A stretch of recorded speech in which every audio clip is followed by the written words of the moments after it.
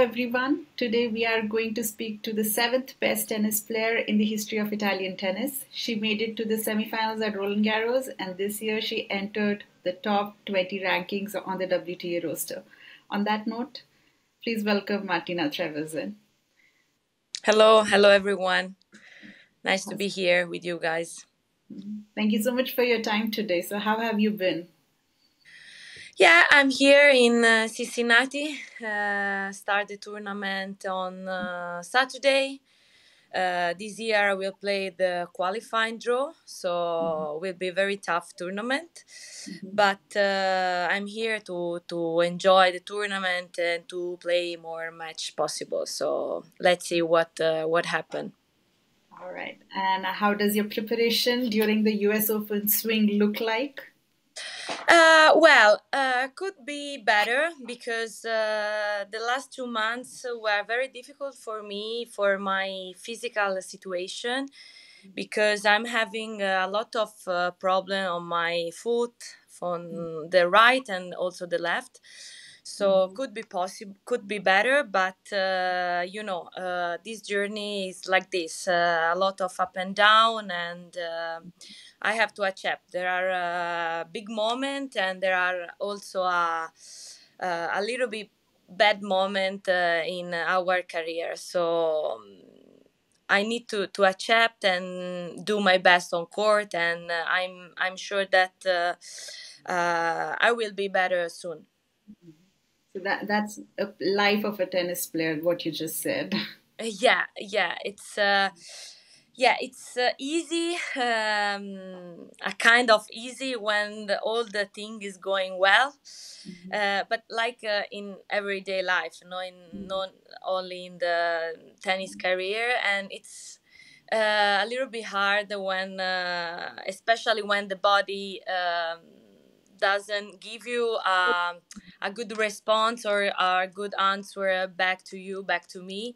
Because it's not easy to go on court, to go first on practice, and difficult to give your best on court and also in the gym. And that's I think the most difficult part of our work, our job, because we play with our body, and when you don't feel good, you don't feel safe, it's not easy to accept, and you need to do your best, and maybe but I will see. I need some rest, I need to do something more, but for the moment, we talk with my team. We will go on court, and I will do my best to be at my best and see what the result will be. I'm sure you'll do well. Yeah. So let's begin with your first name. You have a very beautiful first name, Martina. Your athletic parents named you after the ultimate sporting legend, Navratilova. And since a very young age, you were destined to be a tennis player. And you have a similar game like her, I would say, like you have a left-handed tennis, a forehand, just like her. So how was it growing up with that name? Actually, I'm coming from sport family because my mom is a tennis teacher, is still a tennis teacher. She still work on tennis court, and my father was footballer player. So I think the DNA was very close to the sport, and. My mom, as I told you, is a tennis teacher, so for me it was easy to be on a tennis court, and and I think the name. No, I'm sure that the name is from Martina Navratilova, because my mom she was always in love with Martina Navratilova, and. She gave me, of course, with my father, she gave me this name, like her. Yeah. So you just mentioned your mom is a tennis coach right now. And if I'm not wrong, for a brief period of time, you were also a tennis coach before becoming a tennis pro. So how was it how was that experience like being a tennis coach, and what were the lessons that you learned while you were coaching some kids? Yeah, actually, I loved that period. Even I wasn't a professional tennis player because it was a transition of my journey. I stopped to play tennis around 16 because yeah, like everyone have some particular moment of in their life, and after 3 or 4 years I wanted to be a little bit closer, because from 16 to 20 to 19 I definitely took a racket in my hand. So I did the, like, all the girls doing, like enjoy the moment with friend, like go to the gym, but like to do zumba, not something particular. But Mm-hmm. at the age of 19, yeah, I wanted to take the racket in my hand again. And close to my home, there was, but it's still there, a tennis club where I growing up there.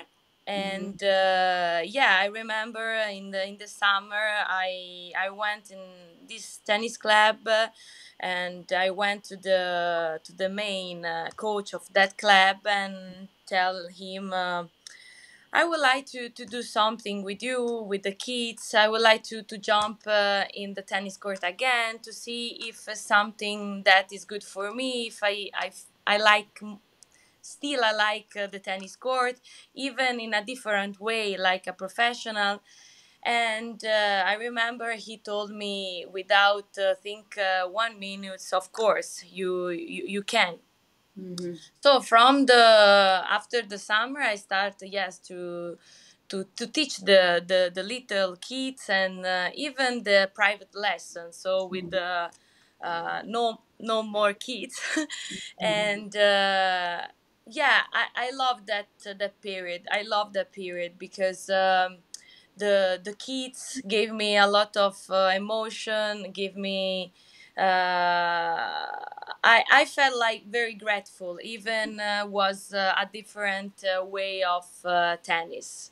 Mm-hmm. And from that period, because maybe I felt very grateful to being a tennis court again, I start to feel myself, to think about myself, maybe I can try again to start to practice again, to think about, maybe to think about professional tennis career again.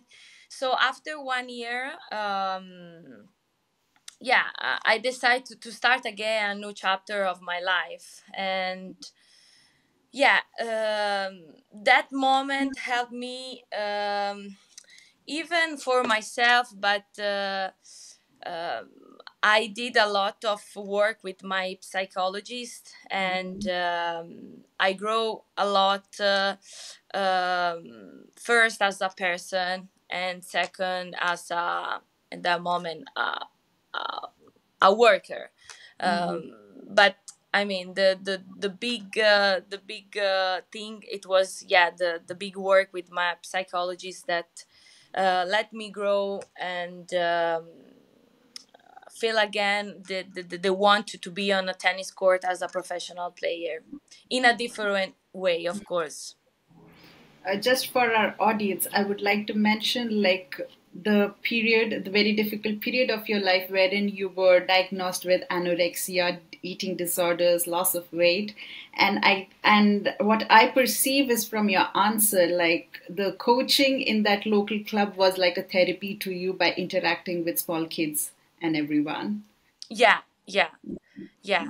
um yeah, I mean, when I jump in the court to teach the little kids, I was in a moment that I I was better than when I stopped play tennis, because Mm-hmm. the work with my psychologist went I mean, up and down, but went well. So I was able to enjoy the work in during the first year, like 15, 16. I wasn't able because first of all, I wasn't able to leave, so um, I had to manage first of all my health, my health, and then you can leave or you can enjoy whatever you want. But first of all, you have to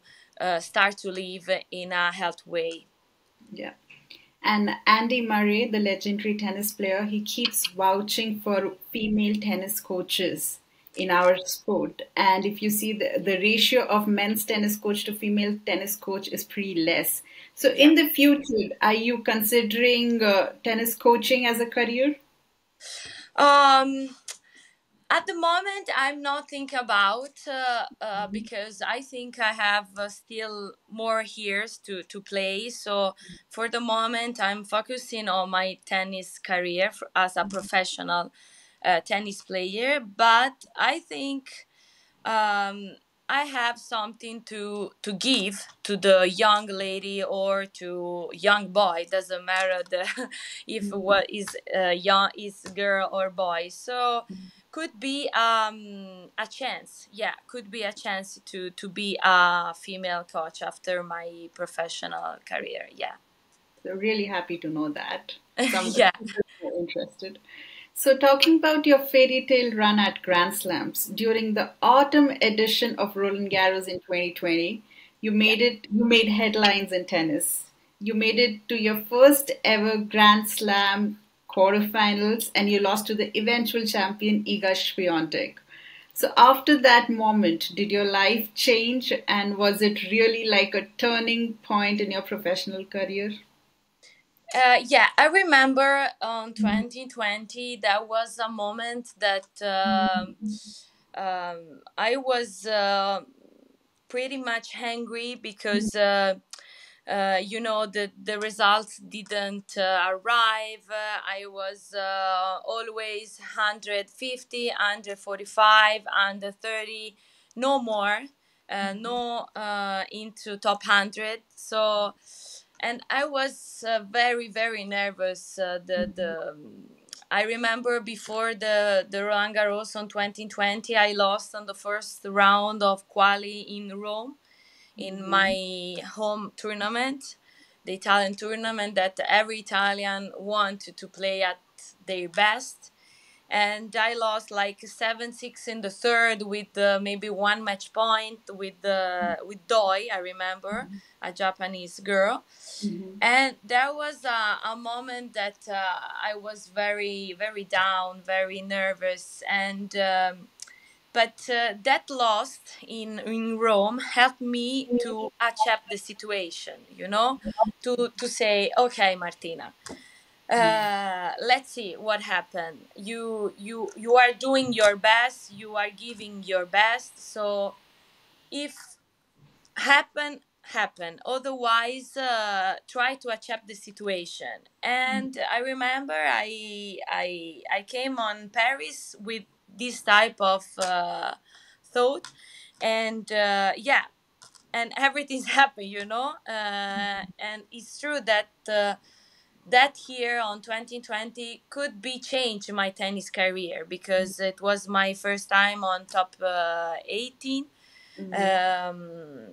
for quarterfinal slam. And honestly, sometimes I take this all these results like something normal, like yeah, it's normal that. But there are sometimes the people in my team told me that there are a lot of players that never played a quarterfinals in their career, and I played a quarterfinal and I play a semifinal slam. So I need to be happy and to be grateful of this. But sometimes in the everyday life, I forgot to think about this. It's not easy because I'm always try to do my best. I'm always try to put myself on top. and you forgot what you did. That instead, I think it's very important to to recognize and to think about.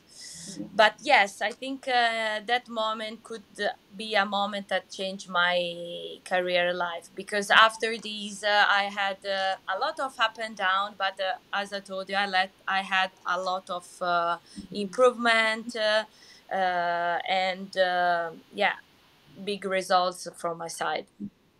Just for your information, your life-turning match, the quarterfinal one, I was there in the stadium watching you. Oh yeah. Good to know. So also then in 2 years you made it to the semi-finals as well. Another big achievement. Yeah, and it looked like the same. Even I mean, was a different because it was 2 years ago, and the year 2021 was a very difficult year for me because I wanted to reconfirm all the I mean all the just the quarterfinal, and every time that I jump in the court I put myself a lot of pressure. So the 2021 the first months like January, February, remember, but even in April something is unblocked around the end of August on 2021, but it was a very difficult year for me. But I learned a lot, and in fact, 2022 was a big year for me, as you told Yeah. me the semifinal in Paris, and it was similar because even last year in May there was a very particular, a very difficult situation for me because my father passed away in November, but from January he started he started to feel bad, to feel bad. So before Rabat, my father was in the hospital, and for me it was very difficult to stay away from home. So because I wanted to stay with him in the hospital, but I think I took a big decision to choose to do what my father could be happy for me. So I was sure that my father was happy to see me around, to see me to do tennis, to play match and enjoy the match. So I took a big decision to try to do my best, even he was in the hospital. So I went to Rabat, the tournament before Paris. That I was very sad. I mean, yeah, I'm here, I'm in Rabat, but I'm very sad. And that sadness helped me to accept all the mistake I did on court. I do on court.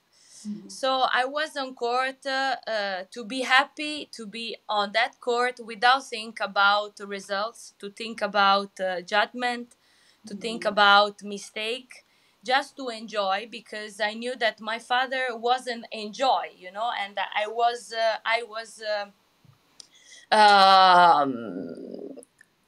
I was lucky to be on that tennis court. So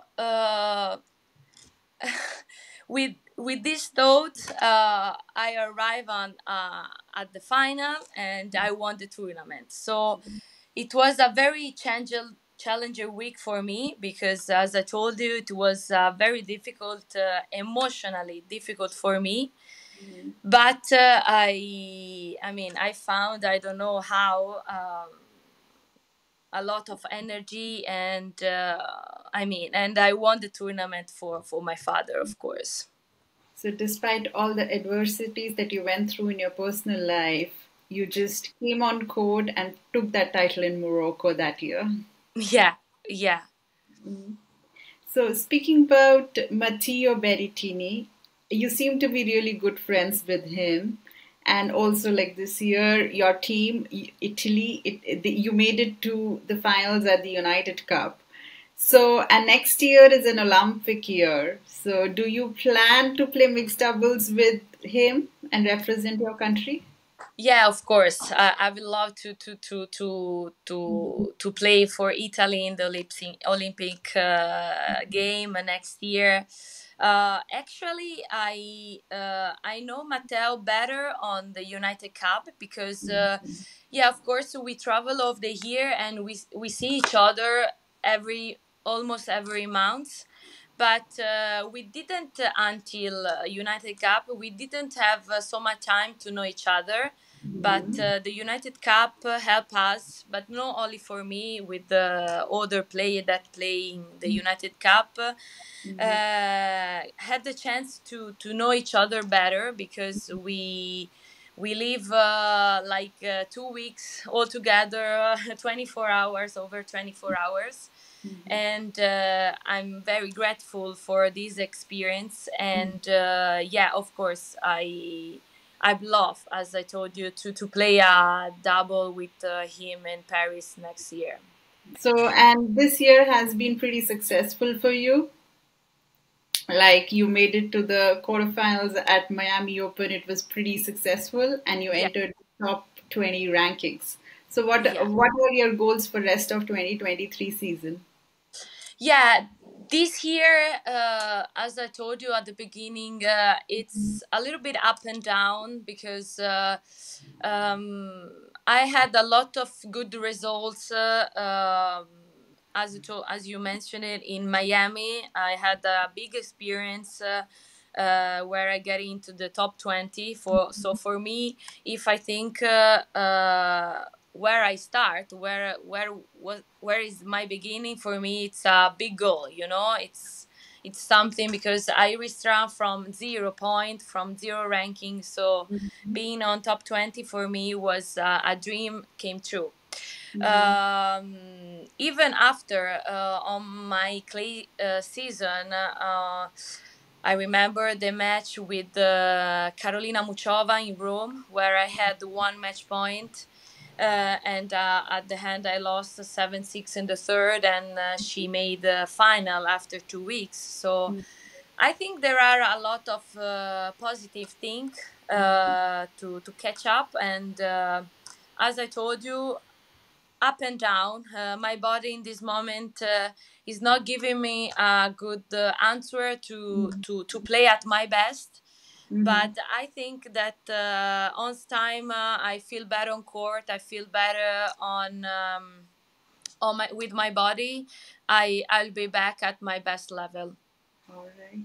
And who were your idols while you were growing up? You come from a country which has a rich tennis history. We have had Grand Slam champions, world number ones from the past. So, who were your idols while you were growing up?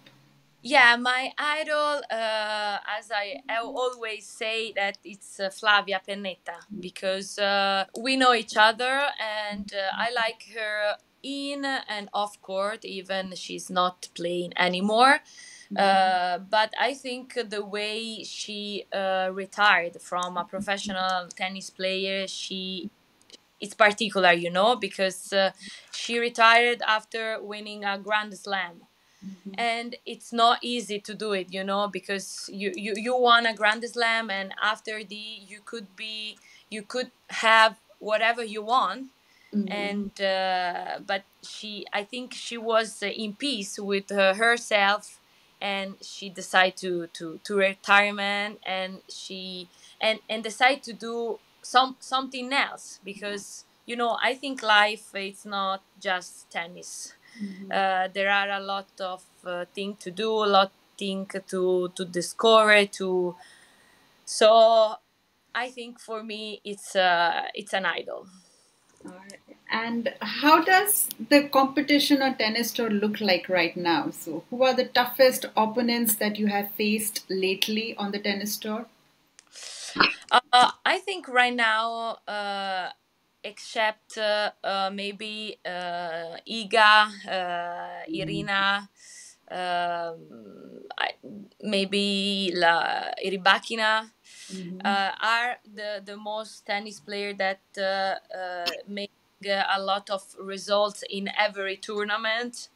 Um, I think everyone could beat everyone. I think the level it's very high, and everyone could be having everyone.